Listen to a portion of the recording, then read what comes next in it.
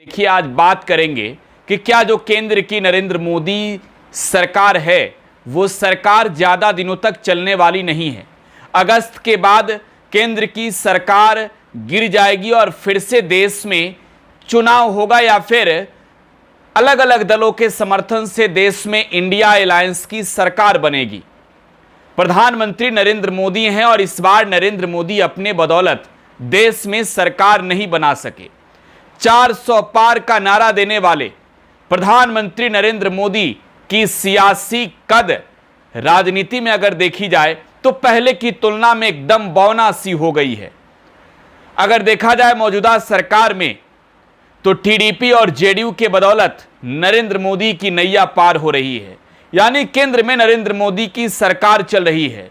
अगर इन दलों की राजनीतिक इतिहास उठाकर देखें तो जनता दल यूनाइटेड का राजनीतिक इतिहास ये कहता है कि बिहार में नीतीश कुमार ने जिस तरीके से पाला बदले हैं, नरेंद्र मोदी की टेंशन हर बार बढ़ी है।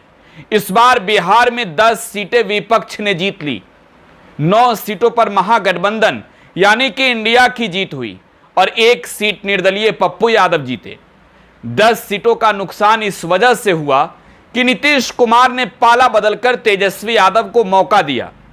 नीतीश कुमार ने तेजस्वी यादव को साबित करने का मौका दिया कि बिहार में अगर वो सरकार में आते हैं तो कितना कुछ काम करेंगे।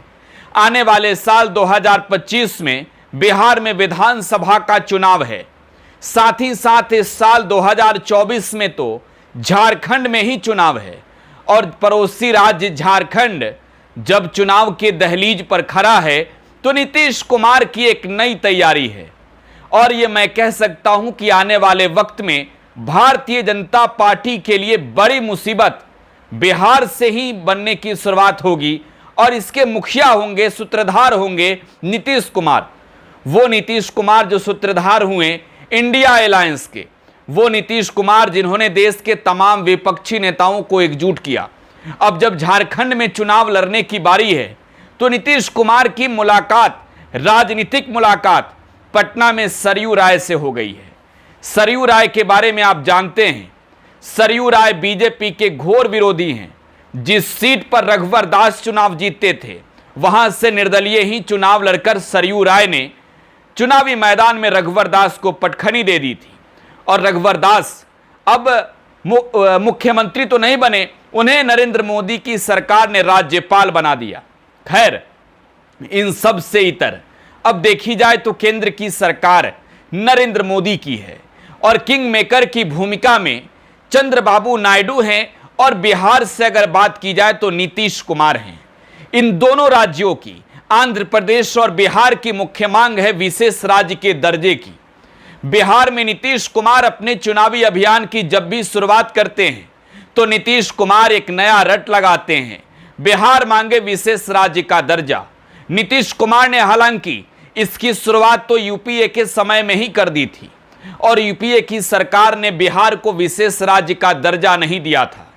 नीतीश कुमार तब भी खुलकर विरोध कर रहे थे, लेकिन अब नीतीश कुमार के बदौलत जब दिल्ली में नरेंद्र मोदी की सरकार बनी है तो नीतीश कुमार अब इसी मांग को लेकर आगे की लड़ाई लड़ेंगे और हो सकता है कि आने वाले वक्त में नीतीश कुमार पाला बदल लें, समर्थन वापस ले लें, क्योंकि साल 2025 में बिहार की जनता को यह जवाब देना है कि जब आपके पास मौका था, जब आपके पास ये तय करने का समय था कि आप किसके साथ होंगे, किसकी नैया पार लगेगी, देश में इंडिया अलायंस की सरकार बनेगी या फिर एनडीए की, तब आपने एनडीए का साथ दिया था। अब तो देश में भी सरकार है और राज्य में भी, तो फिर बिहार को विशेष राज्य का दर्जा क्यों नहीं मिला? बजट सत्र के दौरान ही बिहार की सत्तारूढ़ जनता दल यूनाइटेड की यह डिमांड है कि बिहार को लेकर विशेष राज्य के दर्जे की अनाउंसमेंट की जाए, यानी बिहार को विशेष राज्य का दर्जा दिया जाए। यह मांग ना सिर्फ नीतीश कुमार की है बल्कि भारतीय जनता पार्टी को छोड़कर बिहार में तमाम राजनीतिक दलों के नेताओं ने बिहार के लिए विशेष राज्य के दर्जे की मांग की।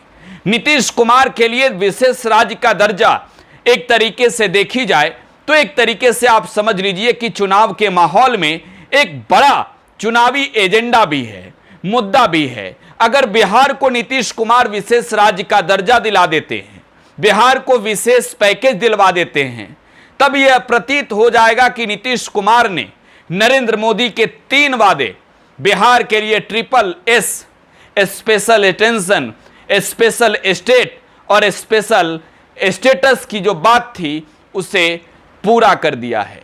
बिहार को विशेष राज्य का दर्जा दिलाकर अगर नीतीश कुमार ये तय करते हैं कि आने वाले वक्त में बिहार में जब चुनाव होगा तो बिहार का मुख्यमंत्री कौन बनेगा, तो जाहिर सी बात है ये एजेंडा नीतीश कुमार के लिए आने वाले साल में होने वाले चुनाव में एक बड़ी भूमिका निभा सकती है और एक सुखद नतीजे भी दे सकती है। लेकिन अगर नीतीश कुमार एनडीए की सरकार में रहकर बिहार को विशेष राज्य का दर्जा बिहार में विधानसभा के चुनाव होने से पहले नहीं दिलवाते हैं तो आने वाले वक्त 2025 के चुनाव में बिहार में विपक्षी पार्टियों के तौर पर अगर देखी जाए तो राष्ट्रीय जनता दल, कांग्रेस और लेफ्ट इसे बड़ा मुद्दा बनाएगी। बिहार विधानसभा में नेता प्रतिपक्ष तेजस्वी प्रसाद यादव कई बार इस मुद्दे को लेकर बिहार की नीतीश सरकार से लेकर नरेंद्र मोदी की सरकार तक को घेर चुके हैं। तेजस्वी यादव अपने बयानों में यह साफ कहते देखे गए हैं कि अब तो केंद्र में भी सरकार है और बिहार में भी सरकार है। डबल इंजन की सरकार में अगर बिहार के साथ नाइंसाफी हुई तो बिहार की जनता इन्हें माफ नहीं करेगी, बर्दाश्त नहीं करेगी। किंग मेकर बनने का मौका जब नीतीश कुमार को है तो नीतीश कुमार यह तय कर लें कि आखिरकार उनके समर्थन से कौन सी सरकार कितने दिनों तक चलेगी। आपको यह भी बताएं कि जब देश में सरकार बनने से पहले एनडीए अलायंस के तमाम सांसदों की बैठक हुई, उस बैठक के बाद भी नीतीश कुमार ने सेंट्रल हॉल में अपने संबोधन के दौरान यह कहा था कि बिहार को लेकर जो बाकी चीजें हैं वो भी इस कार्यकाल में पूरा हो जाएगा।